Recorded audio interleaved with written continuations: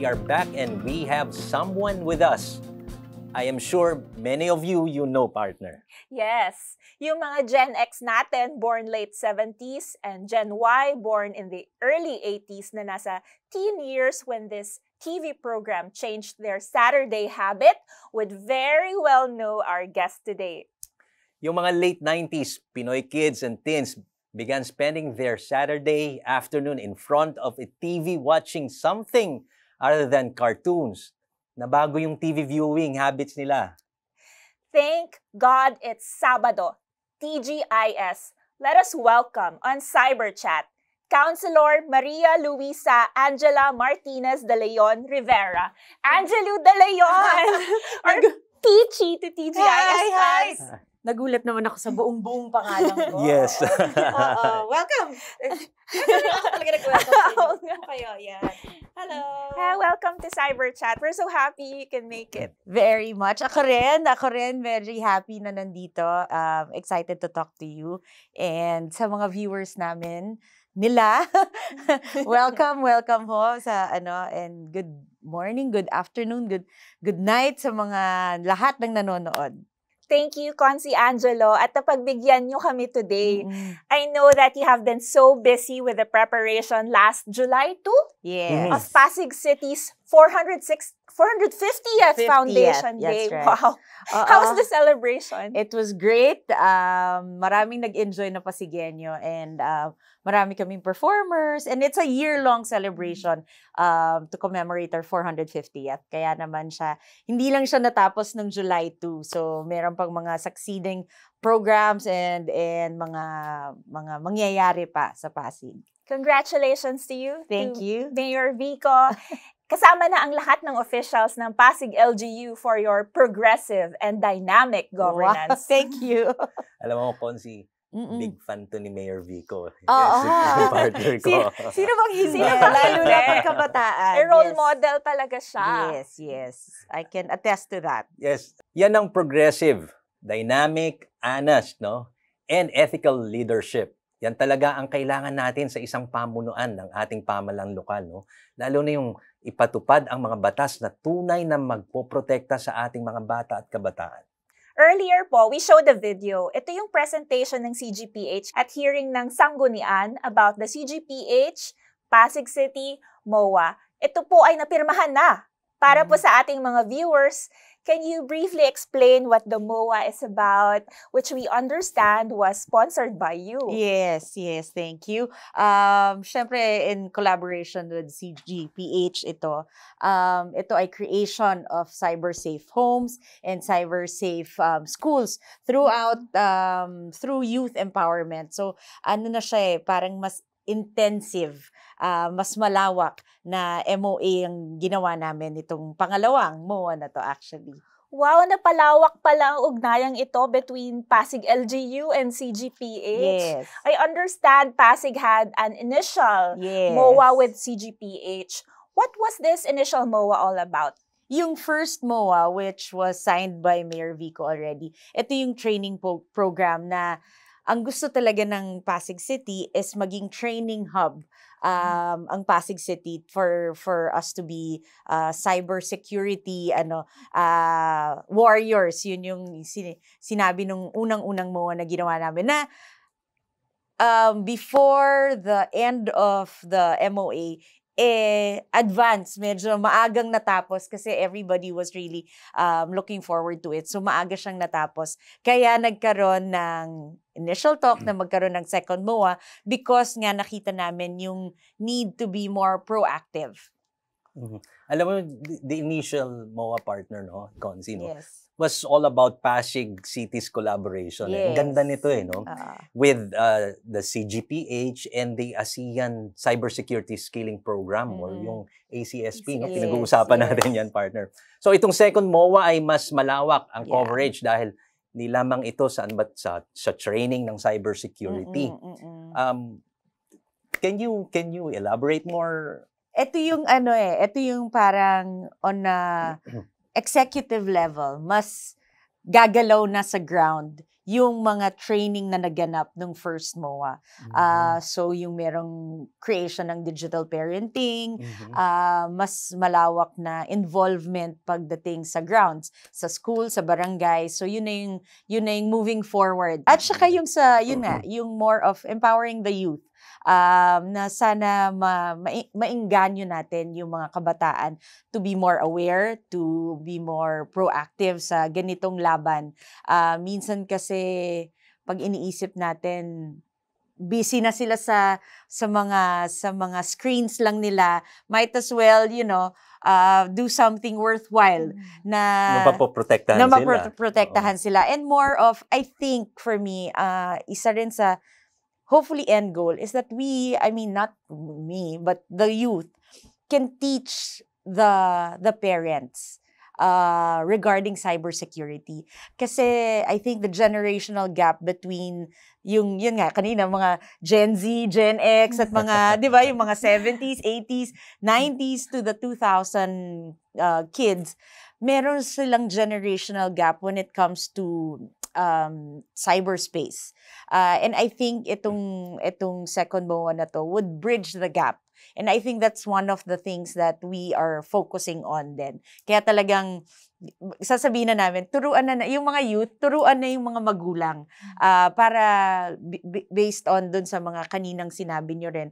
Nanonood ako dun sa kaninang unang-unang yung sinabi na maging aware yung mga magulang of how it is in the cyberspace. Diba?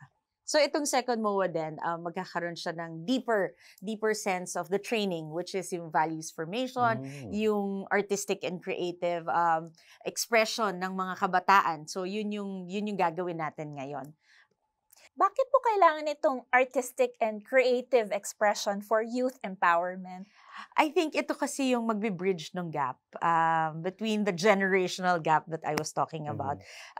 Iba kasi yung lengguwahe ngayon ng mga kabataan. They're more artistic, they're more visual, they're more kailangan mas maramdaman. Sa community concert, yung level kasi ng komunidad, ibang dynamics. No? Sa LGU, community cooperation and engagement ay talagang mahalaga to. Yes. Una, paano na ang LGU na mag-engage ang community kung hindi naman engage din ang LGU officials and employees? So, paano gagawin po ng ating yung team natin, yung gagawin ng LGU para ma-engage talaga natin yung LGU? Community, I'm sorry. Yung community. I guess it's really the awareness. It's a partnership. The LGU can't have all the knowledge and brains and workload when it comes to these stuff. So yung partnership talaga na yung cyber threats focused on OSAIC, yung creation. Siyempre sa legislatives is yung laws that we will create to fight this. Pero it's more rin of the awareness on the ground. Kasi minsan pag iniisip naman natin when it comes to OSAIC, 'di ba?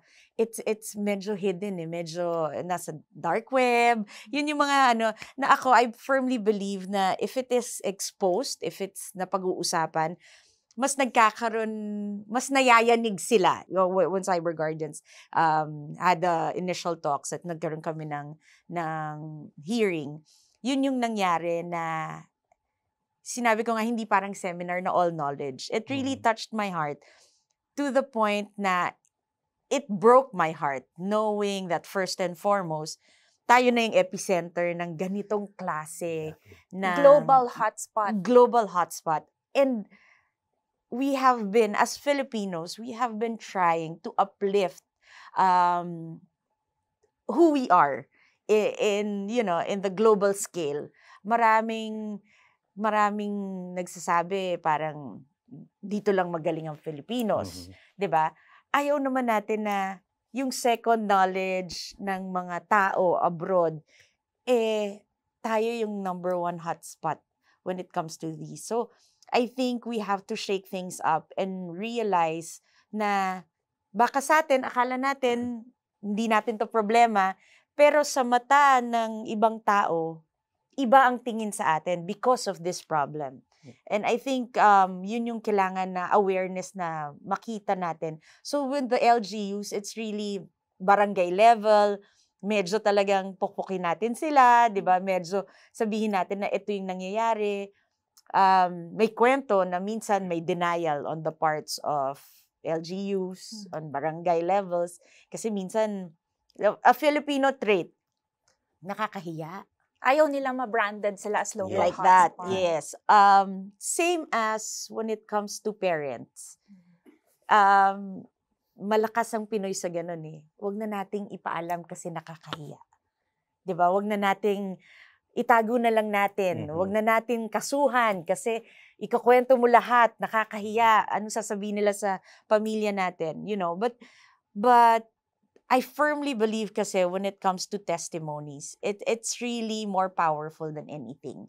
And anything that's hidden kasi has more power. So parang pag na-expose siya, mas lalong lumiliit yung power niya eh. So yung awareness sana na maibababa natin sa mga barangays is talagang to make people aware, not just the youth, but mainly because nga of what's happening, like you said, which data proves na magulang na or relative na ang gumagawa ng ganitong klaseng exploitation sa mga bata, which is very troublesome. Like you said kanina rin, yung family value system ng Pilipino, Degrading. degrading. Nag-degenerate, di ba? Nagpapababa na siya eh. And I think yun yung kailangan natin protektahan more than anything. Kasi that's how Filipinos stand out also. It's our family value system.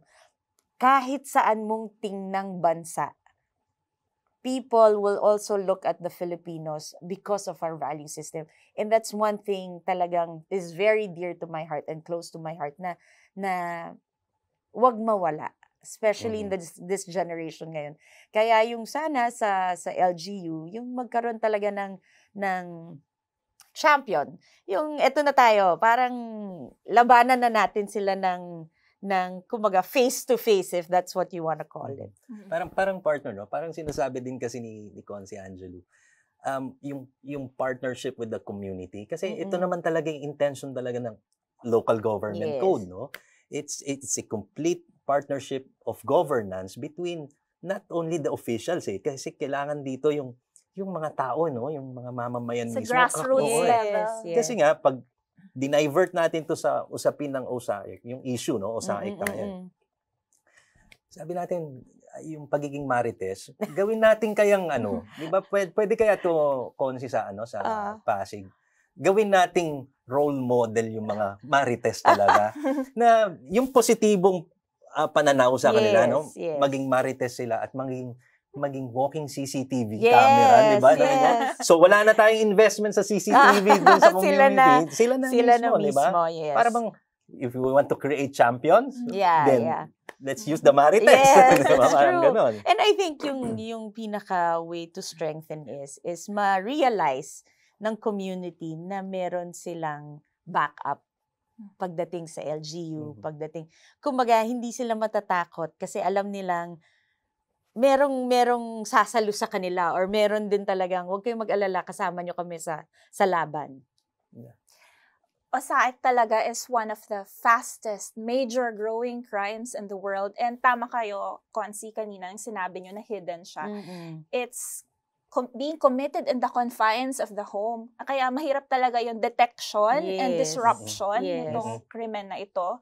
Actually po, the Anti-OSAIC Law or Republic Act 11930, yung implementing rules and regulations niya has already been approved and currently ongoing efforts from the DOJ and the Technical Working Committee, yung mga special technical working groups who participated in the drafting of the IRR to orient the LGU on the local legislation. Ginagawa na siya. And I understand na na-meet na rin ng team ang Pasig LGU. Yes. Kaya naman exciting. Exciting na. Papunta na tayo sa exciting part. Mabalik ko lang kasi kanina when we were also talking with Ma'am Chichi also, yung ma-realize natin that it's the elite, or sorry to say hindi naman but it's the elite who can pay for subscription that fuels it from the demand side countries. Yes. So yun yung kailangan nating maging aware yung mga tao na Yes. kala nila kapitbahay lang yung hindi it's being sold, and it's, and people who has the money has the power to feed it. Yeah. And ang problema dito, being the source country, kumakalat siya, nagiging organized crime syndicate na sa mga communities. Yes. Because this is a crime of opportunity. May Correct. easy access sa internet, magaling mag-English ang mga Yes, Filipinos. yes. We have a very robust financial structure. Yung mga money Yes, remittance, yes. ang dali nila makakatanggap ng Totoo. bayad. Tsaka nandun lang yun nasa mga tabi-tabi lang ng mga bahay nila yung money remittance centers. And sabi ko nga parang additional info rin lang. Minsan, yung sinasabi nga na dapat ma-realize ng mga magulang that there's no such thing as a delete button. People has to be aware. They have to be aware. Especially yung mga magulang. Na parang kala nila sa phone lang yan, di ba? Pwede mag-delete. Pero hindi nila alam. In the internet, once it's there is no such thing as a deleted button or as a delete photo, delete video, kahit na meron tayo nun sa phone. Yun yung mga, I think, kailangan maging aware ng mga tao. Because nga, for me kasi, in a way, long term, dati sa aming industriya, naalala nyo yung mga CD na Yes. sorry, CD pa yung mga, sana alam pa ng mga nanonood sa atin kung ano ang CD, di ba? Hindi, pero I remember a story that, alam ko, sumabog din to sa news before, na hindi niya alam na yung sex video niya, pinapanood na ng marami at nasa CD na. At binibenta At pa siguro binibenta sa na. bangketa. Di ba? Tapos, wala siyang, yun na nga huwag tayong pumunta dun sa may kinikita yung mga tao. Because tong taong to, wala siyang kinikita, but she is being exploited with that.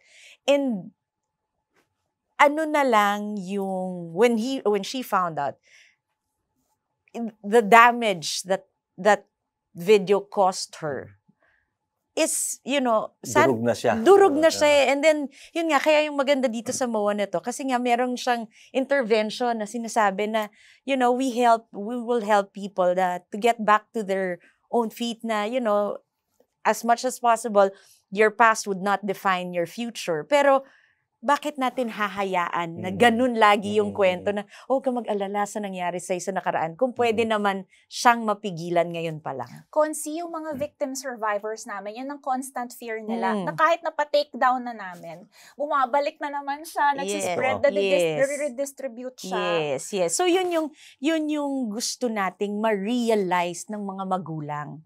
Kasi pag sinabi mo lang na mawawalan ka ng kita or mahal yung kita. Hindi yun It's the long-term effect na, yun nga, yung kwento ng bata na 2-month-old.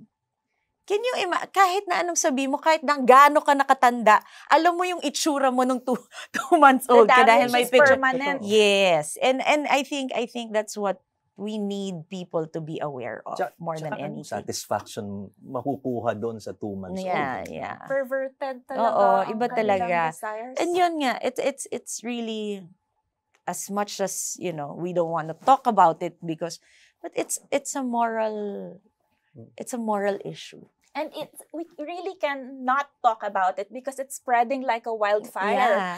Kapag hindi to na-action na ng LGU, before you know it, baka itong LGU na to, sila na yung next hotspot. Yes. That's what we're grateful for in that sense. Because when Cyber Guardians came to us, it was a good to hear na wala kami sa top 10 na cyber spots. Alam mo yun, nung kinukwento ni Ma'am Chichi, it was a good feeling. Pero sabi nga namin, hindi ko kami ganyang ka-competitive pagdating sa ganyang Pero hindi rin kayo complacent. Hindi rin. Kaya nga, I personally advocated for it because nga, I want to nip it in the bud. Yung sabi ko, kung ayaw namin ng merong isa, as much as possible, if we can make it 0, Yes. that's the goal. That's the goal. Hindi yung from, sabi mo, 5, maging sana, 3 na lang, or 1 na lang. Hindi The goal is to eradicate. Yes.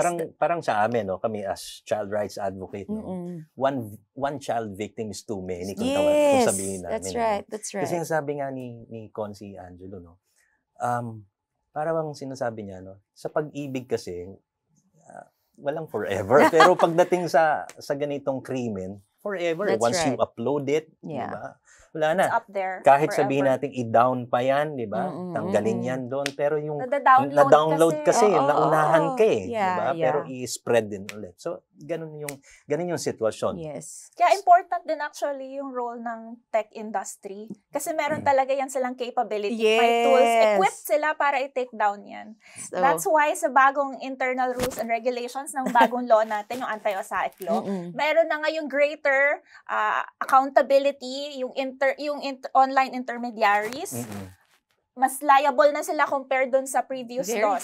good. Pati financial intermediaries, Yes. kasi Yes. nagagamit sila na platform para Yes. makapag-transmit Ng pera. Yeah. na form ay, of money laundering. Yeah, din. nagkaroon ng, nakwento rin sa akin na yun na nga, yung mga, how would you put it, ayoko magbanggit ng pangalan, pero yung mga shopping online, Mhm.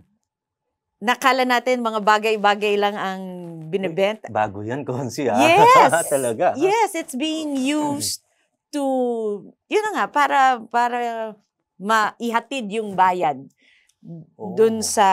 sa magulang or kung sino. So may ganon. I mean, sad to say, if evil is working double time, medyo tayo parang triple dapat yung foresight natin mas malawak. Kasi continuously evolving din yung techniques Yes, nila. yes. Hindi ba nung isang beses pinag-usapan natin, no? Pati sa online gaming nangyayari. You're all playing games. Basta yung merong way to chat with anyone, it happens. Mhm. So talagang kailangan talagang maunahan natin. Or kung hindi man maunahan, we shake things up and telling them na, hoy, alam namin kung saan lahat yung avenues na ginagalawan nyo. And we're trying to catch up. At dapat alam nila na kaya silang i-track, Yes, i-trace yes. ng law enforcement authorities kung gugustuhin. Yes, that's right. Mahahanap at mahahanap sila. Alam mo, partner, no? Ang nakikita ko dito, yung Pasig City LGU, sila yung unang LGU makakapag-implement ng isang holistic, comprehensive, one whole of a nation approach, not only in fighting OSAIC, but creating a safer cyberspace for Filipino children and the youth. Napakaganda nitong programa niyo, Consi, talaga. Cyber Guardians Philippines. Yeah. And we all wish the successful implementation of this project. Talaga, God willing, talagang i-pursue natin to with the help of, kasi partnership siya eh. I mean, the LGU can only do so much. The legislative side can only do so much. So it's really talagang, it's a partnership with non-government organizations. Nako, Consi Angelo, kung pwede nga lang ba tuloy-tuloy na to, walang pwede ba sabihin walang tulugan? Di ba? Para kulang ang ating oras, para pag-usapan natin at isa-isahin yung mga planong gawin ng Pasig for its Cyber Safe Homes and Cyber Safe Schools campaign. Consi Angeli, kung ako ay isang constituent, no? Mm-hmm. Ano po yung sasabihin nyo sa aking mga paano sumali sa programang gagawin po ng LGU ng Pasig? Kung paano sumali sa mga Pasigueños or kung hindi man, sana ang maging thrust talaga is to be proactive. Once na bumaba na yung programa, wag silang matakot sumali. And isipin sana nila na they are part of the bigger solution and the bigger success of the program. Sana sila yung makaisip nun, lalong-lalo na sa mga kabataan. Talaga naman, I will be convinced and inspired to join sa sinabi niyo, Consi. Yung parting message nyo po, please, to our viewers. Parting message. Marami pong salamat for shows like this, for advocating talaga, and talagang pushing forward na hindi takot lumaban. So maraming salamat. Thank you for having me here, and sama-sama tayo sa labang to. Kami magpapasalamat sa iyo kasi it's a great opportunity and an honor, no, for us na makasama kayo, especially dalawa yung side niya, no, isang showbiz, no, at saka isang public servant. So yung pinag-uusapan natin is the LGU Pasig. Yes. Napakahalaga ng presence sa atin ni Consi Angelo. Your passion and commitment really comes across. Thank you. Talaga. So, Thank you. Kami po ay magbabalik